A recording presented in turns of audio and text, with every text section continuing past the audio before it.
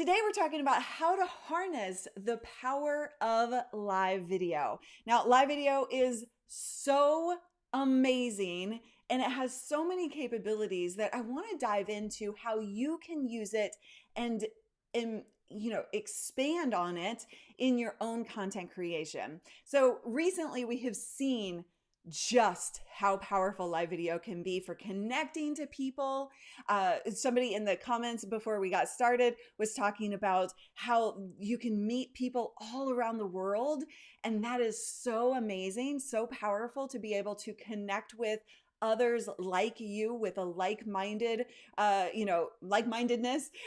from all around the world. But it also is powerful for growing your audience, and it's also powerful for growing your business. So today I want to talk about why live is the most powerful form of content that you can create. I mean, you can do videos, and that's pretty powerful, but live video takes it to that next level. And then I also want to give you some examples and some ideas of how you can harness the power of live in your own content, in your own world. Wait, hold on. This is awesome. We just did a live stream and clocked 9,000 views. And guess what oh, that's awesome. I didn't see the countdown timer part. I just saw the 9,000 views. I'm so proud of you. I'm glad that you used our countdown timer, but I'm very, very proud of you for like doing that and clocking that many views. That's amazing. Congratulations. And it can, really create that connection, just like I was talking about. So why is it beyond podcasting, which is powerful in and of itself, beyond blogging, which is powerful in and of itself, beyond, video on YouTube, which we do plenty of. I love live video because, like I said, we can connect with people all around the world who you would never meet with otherwise. You would never know they existed. I have become true friends with people who live in the UK or Africa or like all of these different amazing places, right?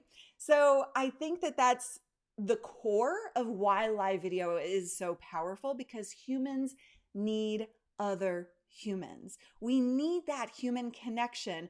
Otherwise, we're dead inside.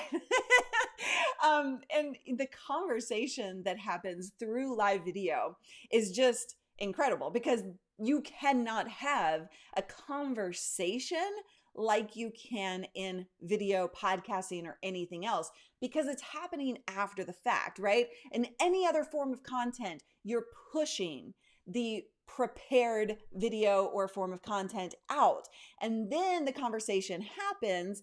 But with live video, it's an actual conversation, right? So this is something that it's happening in almost real time with live video. So we can share stories, we can connect with people on that deeper level. I can get feedback in real time of what you're struggling with, of what you need to hear from me.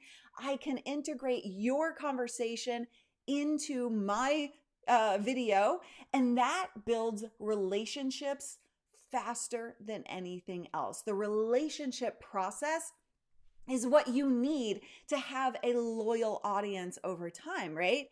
And it's also really beneficial just on the personal side of having those relationships, but it drastically also reduces the time from stranger to buyer. So I actually stole this phrase from somebody on a training video or training call that I was doing, but it is really cool to watch. And this is not why you do live video, but it is a benefit of live video to watch the process of, of people going from like, hey, I'm brand new, to buying something almost immediately. So in the traditional marketing sense, you have to have like 7 touch points, right?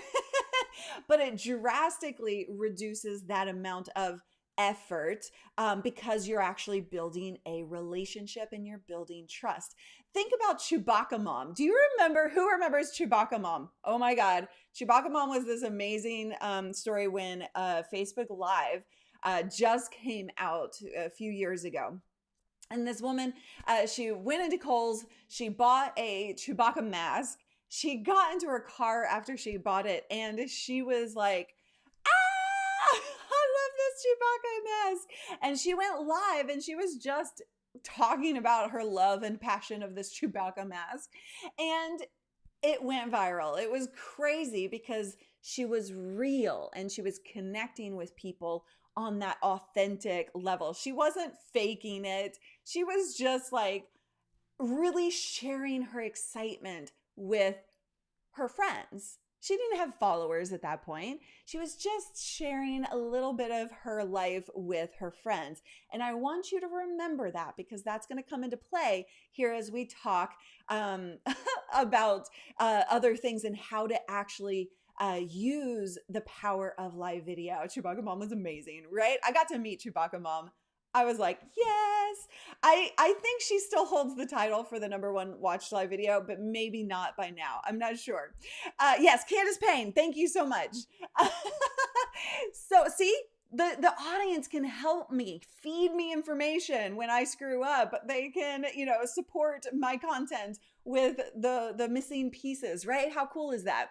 But we also saw it in more recent times. That was like 4 years ago. But like in recent times with the quarantine, you saw how many people started doing live video. If you have started live video since the quarantine hit, will you say me in the comments? Because I would love to know how many people like started just because of that. But that goes back. The reason that people needed to do live video was because they needed to connect with other people on a more human level, but also a work basis, right? And so you saw all of the devices going out of sale because everybody wanted to do live video. I see. Okay, that's great. So you, daily edit. Okay. Wow. So a lot of people did start going live because of the quarantine, and it has changed lives. Within a matter of weeks, it changed lives. Going live to be able to start connecting with people in a deeper way. And whether you're a yoga studio or fitness instructor, or you are a teacher or whatever, you now have this full capability to harness that power of live video to expand your business or just to connect with people around the world who are like-minded. We also saw, okay, Clark. Oh, you're going to do it. Clark, I'm calling you out on this. We're going to get you live streaming. Do you commit to actually going live? Because all you need is your phone. And I'm about to show you some examples of things that you can do to do it. And I want you to just take that action. You don't need to learn all the things. You just need to learn how to get going quickly. All right. So then we also saw this transition of live video and the power of live video recently, even more recently than the quarantine, with the Black Lives Matter protests, right? It was insane because people were sharing live videos through the protests. People were sharing their stories. People were sharing their experiences. And that's also something I really want you to hear and remember as we keep going through this show, because it's so important to think about connection and sharing those experiences and sharing your story with your audience. And what I love, especially about live video, I've always thought if I was in a sketchy situation of any kind, I would be going live. I don't care what I was doing or what was happening. Like, I would be going live because it can't be deleted or destroyed like a video can. You can smash a phone and that video is gone, right? So yes, I love it. I love the support that's happening right now. Go, go, go. Yes, and Clark did commit. Fantastic. I hope you'll do that this week, Clark. Okay, so that is why live video is so freaking powerful, because it can do all of those things. But how do you take that knowledge of why and actually harness its power for you and what you're doing? So a lot of you, because you're new, you don't know this term yet from me, but I always talk about live streams. So there's a live show or a live stream, which we're doing right now. And then there are live streams. Those are only from your phone, not in studio. And the reason that live streams are so freaking powerful beyond what you do in studio is because they're more raw. They're human, because you're taking this out into your life and you're inviting people into the experience of your world and into what you do, right? Or what you think or what you're feeling. And so the conversation through a live stream where you're out of studio and you're connecting with people on that more human level, it can be even more powerful than anything done in studio. That's not the only thing that you should do.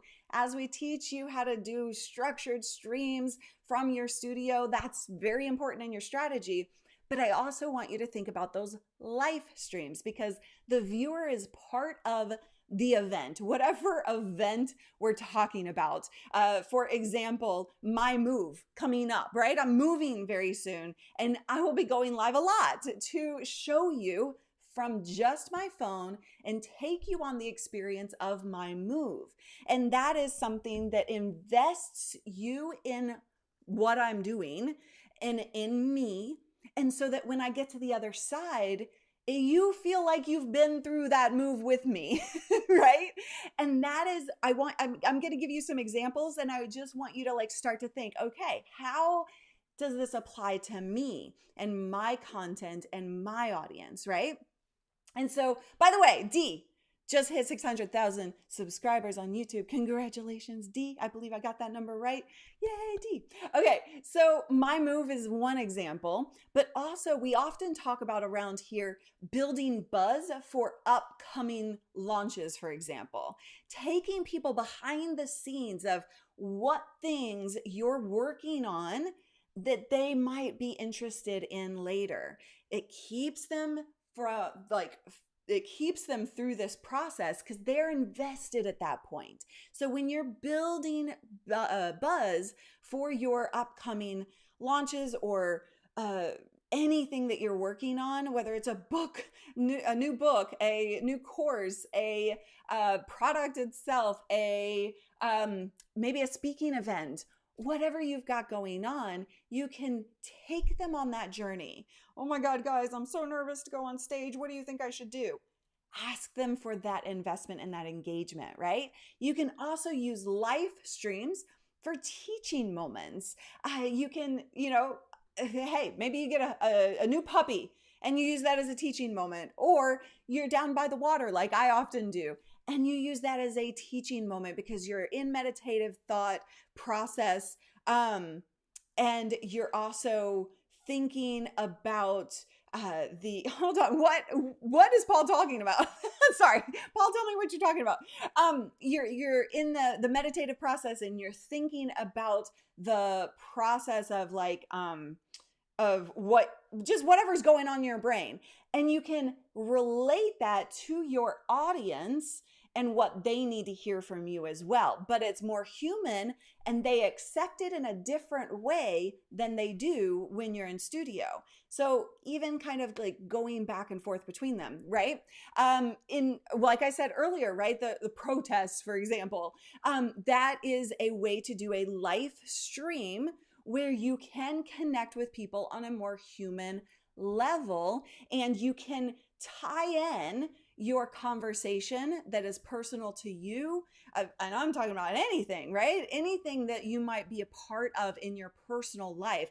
And I hear you right now. I'm not seeing any comments yet on this, but I know that in your brain, you're thinking, my viewers don't actually care what I think or what I feel or I do in my personal life. So a lot of people try and separate out that business from the personal.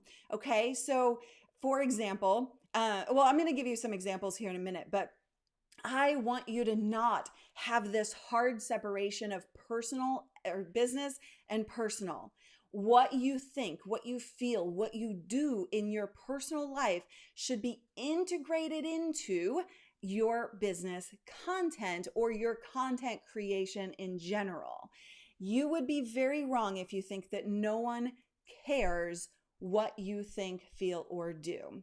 So whether you're doing a live stream or a live stream, I want you to involve them in you and to like, we want this attract or repel scenario, right? And so what I mean by that is when you are creating content and you're putting your opinions, your thoughts, your processes into your content, guess what?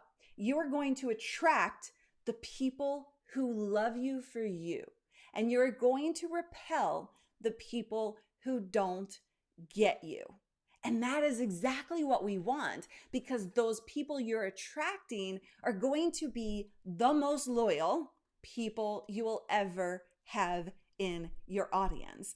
I would rather see you have a smaller audience of people who are highly engaged, highly loyal, rather than just this huge, large audience. An example of somebody who did this was Jason Williams. He's one of our coaching students. He's in the fitness industry, and he has nothing, like his content, his audience has nothing to do with everything that was going on through the protests and all of the conversation that's been happening lately. But he needed to speak out about it. He's mixed, and he just needed to talk about it. He needed to put his opinions and his thoughts out there, as many of us have felt the need to do, right? So he had a heart-centered conversation with his audience, and he really just said, you know what, like, I don't want to get political here, but, well, I don't know what I don't think he said that. Sorry, I put words in his mouth. But he was like, I don't really like, I just need to say this. And I just want to have an honest conversation with you guys and how I feel. And his audience was attracted to that authenticity, because while it has nothing to do with the content that he was creating, he had massive amounts of conversation, and he had the biggest sales that week that he ever had, actually, because people cared what he had to say about a completely off-topic conversation. Has that happened to any of you before, where you're like, okay, I'm just going to say something I feel personally, and I'm just going to do it. And then it leads to actually more loyalty, more conversation, and even potentially more revenue. Now, again, you don't like tap into this content just because of revenue, but you start with that authenticity and that honesty, and that leads to trust. So Ron, yes, okay, hold on. Before I keep going, I get scared combining the live versus live stream. I'm in the public eye in my area. I just need to get over that fear of putting my personal stuff out there. And I would encourage you to get over yourself. That's a little tough love for you, but it is so true, because you want, please hear me, everybody on this. You want people to follow you because you actually matter to them. Okay, does that make sense? You don't want people to follow you just because you're offering something surface level.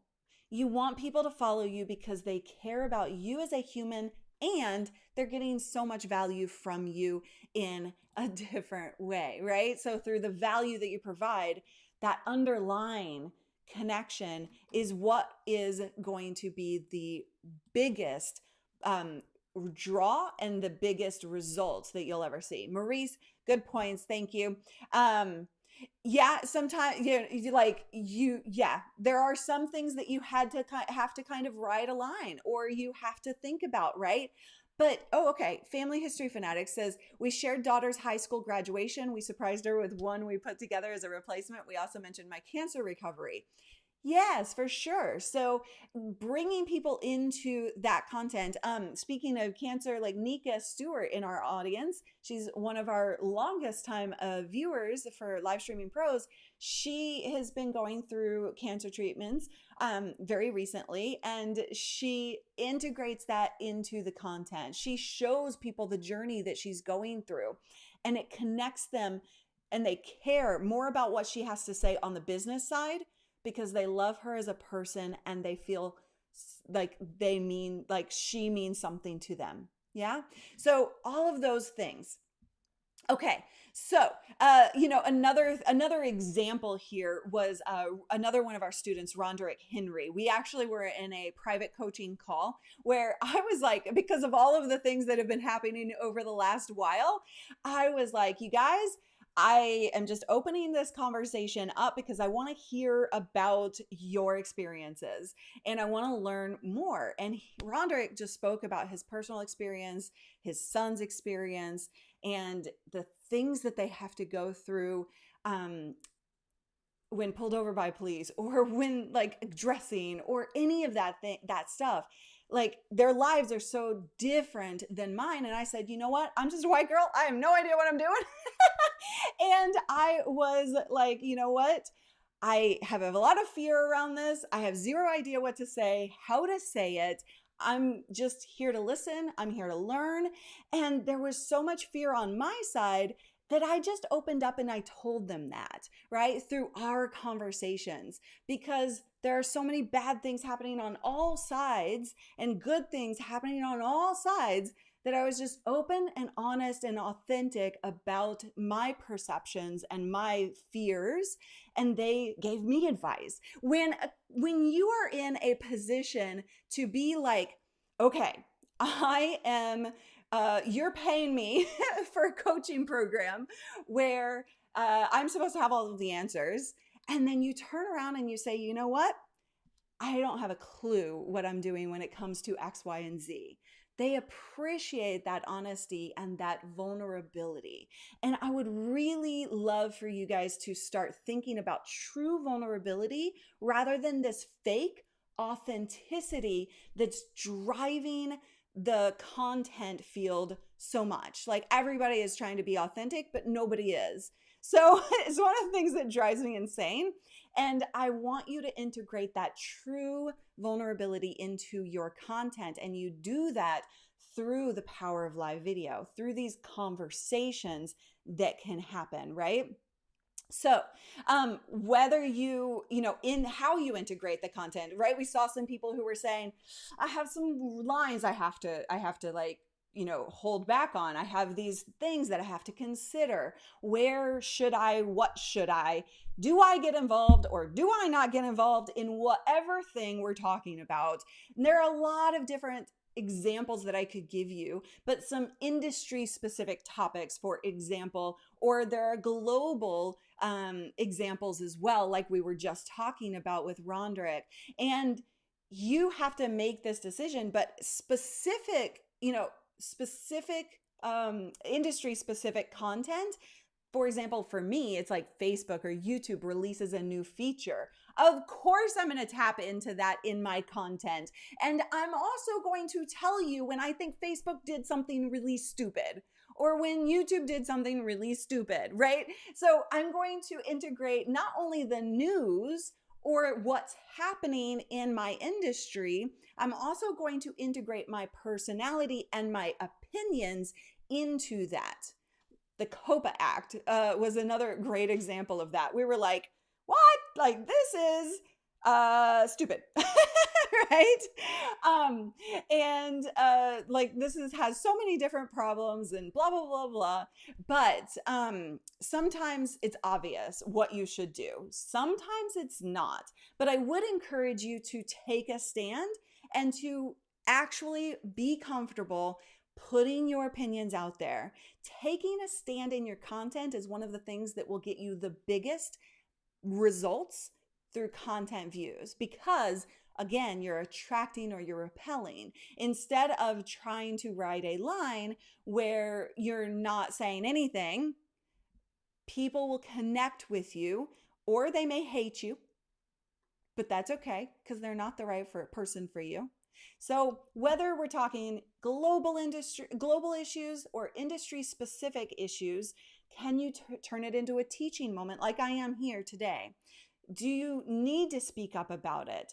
Can it benefit your audience in some way? Those are some questions to get you started answering the question of, how do I do this? Should I, shouldn't I? What should I say, right? So I would love to hear from you. What have you done to harness the power of live video in your own streams? Have you tapped into either an industry specific conversation and had this conversation with your audience, talked about your opinion, put your own personality into it, done a live stream, or even on the flip side of global issues? What have you done? I would love to see you in the comments. So we're going to continue this conversation for sure. If for the live viewers, and if you are watching the replay, be sure to drop your thoughts and your comments in the comment section. And we are live 4 days a week, Tuesday through Friday, 10 a.m. Pacific. And I would love to see you here. Show up live, enjoy the conversation, and actually participate. Okay, so, okay, yes, I do, but I don't like to slip. Some of the slips are like they're super uncomfortable for you. I think I know what you mean. They might be uncomfortable for you, but they are the things that draw the most power, because people will actually really engage with you. All of the above. Good. You've been doing it all. Fantastic. I love it. It does open you up to people's opinions of your opinions, and that is scary stuff. And that's exactly why I told my coaching program, and I'm telling you guys, like, I didn't say anything because I didn't know what to say, because it was so volatile, or so like so many possibilities, and like it was scary. So I get it. I really get it. You're afraid of haters and trolls. You don't want to make people mad, but at the same time, you should find a way that works for you and for your business and for your audience, because your audience may need to hear your opinion. But I also am okay if somebody's like, you know what? I don't like that. I'm out. You have to learn to be okay with that if you're going to harness the full power of live video. And I'm super serious about that. Okay, small town famous. Is this your first time going live? Well, first of all, congratulations for taking the plunge. Don't freak out. Just remember to have fun. Put like I always talk about this. You probably don't know about this, but there's a pre-camera routine, like get yourself amped up, get yourself in a positive mood, and go with the flow. Go with the flow. If something bad happens, it's gonna be okay. Exactly. What? Never mind. They had a tech question. Who did? That person that you just pulled. Oh, they did? Yeah, never mind. Oh, I'm sorry. Sorry, no. I'm confused. The only unauthentic thing I do or don't do is I don't curse on my live streams or in my videos, and in real life I curse a lot. And that's, that's a personal call. I know several people who choose not to curse publicly, and I try and hold back as well. Sometimes I'll do it, but it kind of like has to be, on point, or there has to be a point that I'm trying to make, for example. But it's, and I would say that if you're thinking like that's the only unauthentic thing I do, well, first of all, you can have a question, or you can have a conversation with your audience and find out, is that something that they would take offense to? But at the same time, if they would take offense to it, they're probably not totally into you as a person, because if they ever met you in person, and these are the things you have to think about, if they ever meet you in person, what are they going to think when you do drop that F-bomb, right? Consult a blind guy, create connections through story about you, but they can relate to anything that's just like me or similar. Yeah. So I think I get what you're saying there. I think there was a typo there, but yeah. Thank you for that. T2 says, I have found that I reach more people just by being myself rather than trying to be what people expect a nutrition and fitness coach should be. I don't fit the normal mold. I am just me. I love that so much.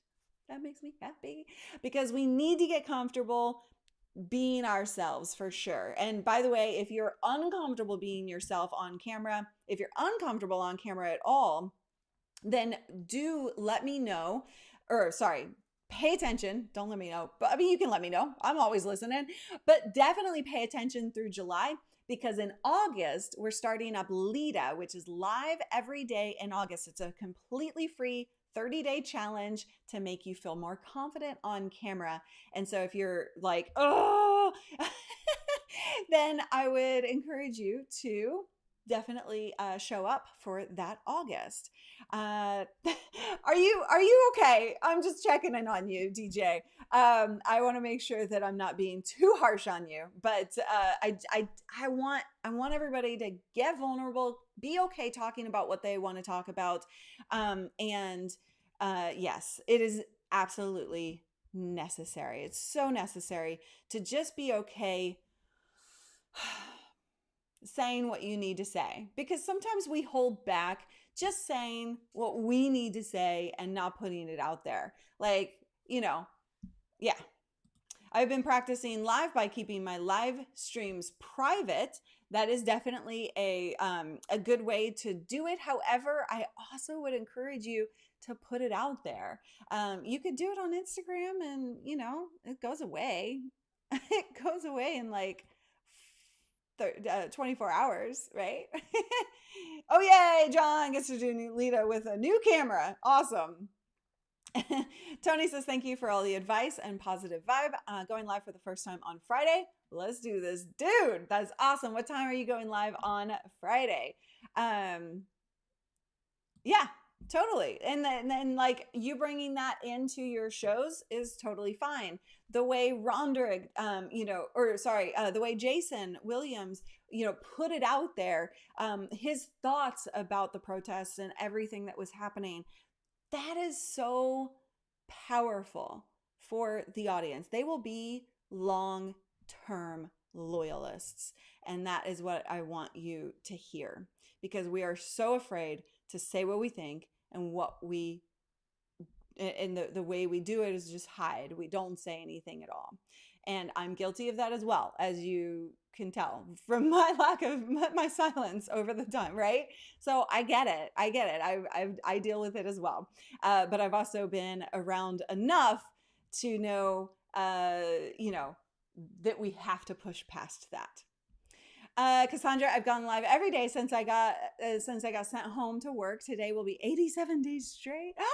It has been so helpful. And looking back on my videos, I see a huge difference, especially as my setup evolved. That is amazing, Cassandra. Or sorry, CK. I should be calling you CK, right? That's amazing. Congratulations. There's a lot going on today, and I just need to get over that hump. My favorite, Damian Lillard, put himself out there marching. Very powerful. Very cool. Yes, you do.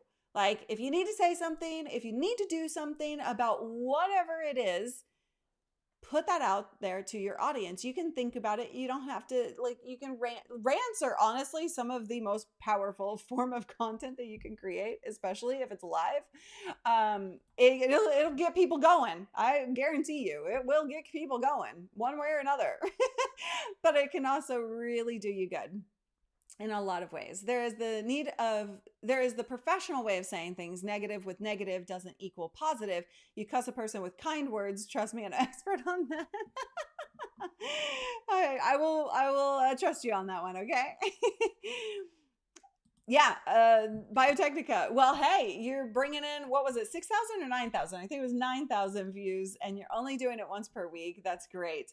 The amount of time that it takes to get comfortable through live is about a year for most people if you're doing it once a week to really get comfortable.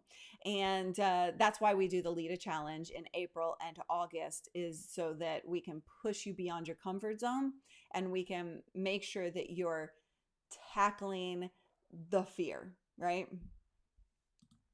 This is so true. Sometimes I'm wanting to say something, but I'm at a loss of words to what to say. So let me tackle that, Cindy Lou, because I know in the past when I've been like, I don't know how to say this or what to say, I've honestly just, and that's where that honesty, though I was talking about Rondrick and Jason and how they approached this and what the conversation was that they had. What they did and what I've done in the past as well is just say, you know what, like, I don't know how to say this, but I'm just gonna say it. Like a different tone of voice, different um a different way of being, because you're just like, I'm gonna put all of this out there, guys, and I'm going to screw something up. I'm going to say something wrong. I don't know what to say here, but I'm just going to say it the best of my ability. And here it is. And please, have this conversation with me. Always inviting people to have a civil conversation with you, regardless of the topic, is always a plus. And so I would encourage you to just say that you don't know what to say. That's what I did with our coaching group. I was just like, I don't know what to say, guys, and they supported me and they helped me. It took me about a year to get comfortable. Exactly, this is so like normal, right? I mean, D is not normal, but it is very normal for it to take a year. This is true. Being in law enforcement myself, I had to adjust my subscribers on my position with everything. Oh yeah. So did you have to write any lines being in law enforcement? I'd be curious about that. Yay! That's awesome, John. I love to hear how you've grown. Uh, let's see.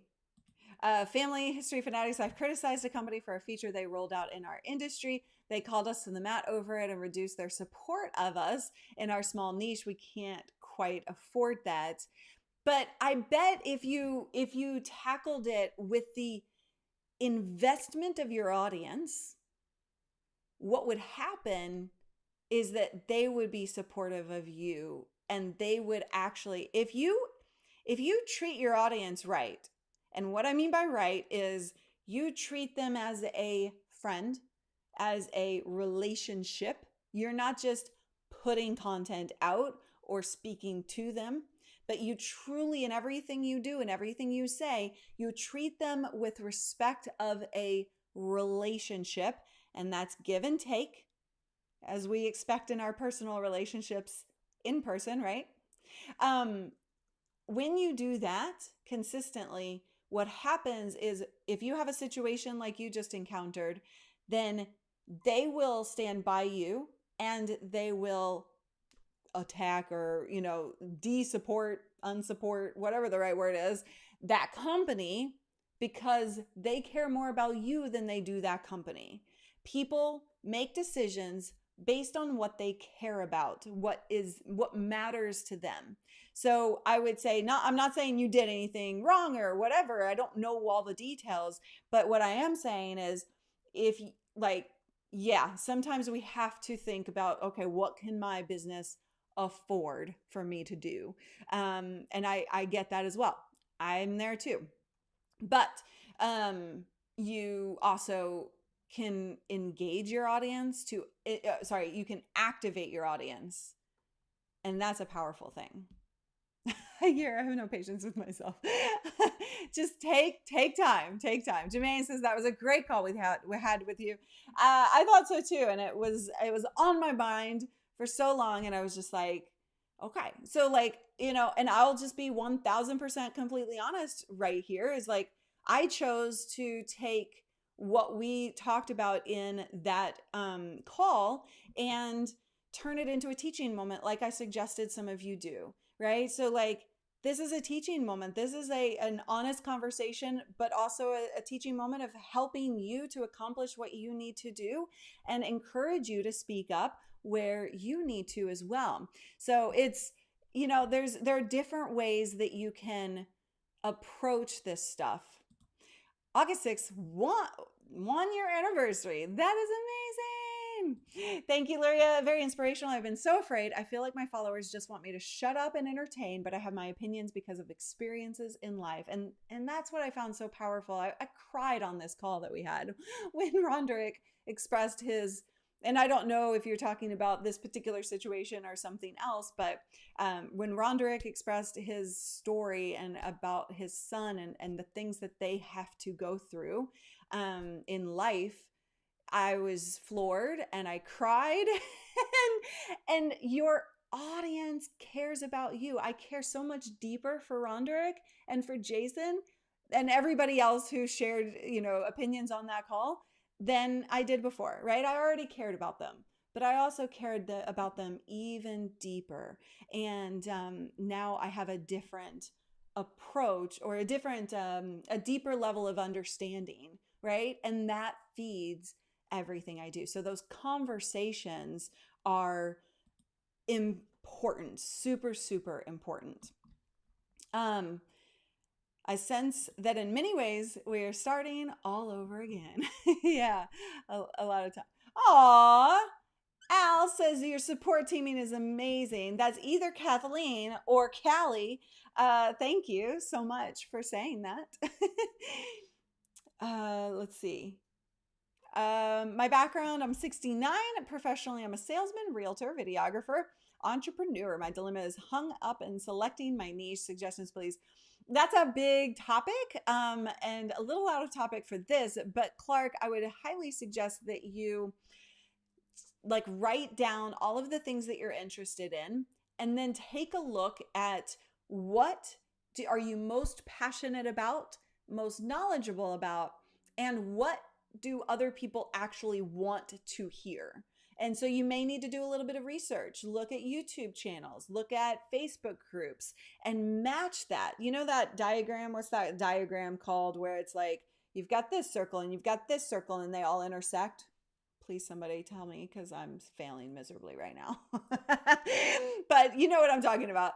And if you kind of write through and brainstorm those questions, then you'll find that, I want to say Venn diagram, but that doesn't seem right. Anyway, Venn diagram. Bam! Venn diagram. However it's spelled. That's awesome. Okay, so hopefully that helps you get started down that path. Okay. Let me see. Did I have any questions? Okay. Does YouTube treat live streams differently from videos from a monetizing point of view? Yes and no. If you are doing, no, from a base level, no, but there's a lot of details of that. And so I would highly encourage you to watch the TubeBuddy interview that I did, that we actually dove into some strategy about how YouTube treats things and how you need to approach your live streams. So that would be a great video to watch. Okay.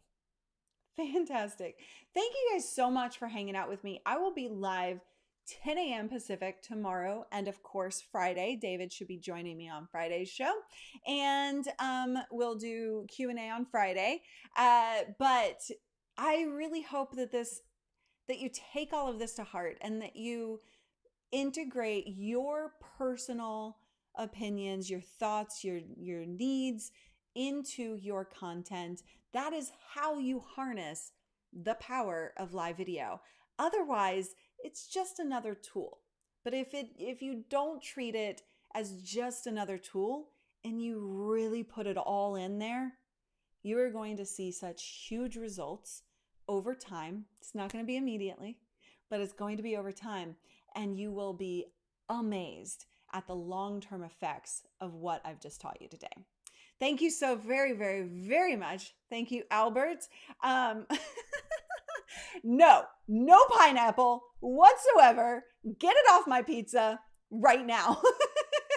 See, I can still love you, Art of Emergency Nursing, but I do, I don't know where you fall on the pineapple on pizza, but I do not agree with pineapple on pizza for sure. Oh no, D, you pineapple all the way.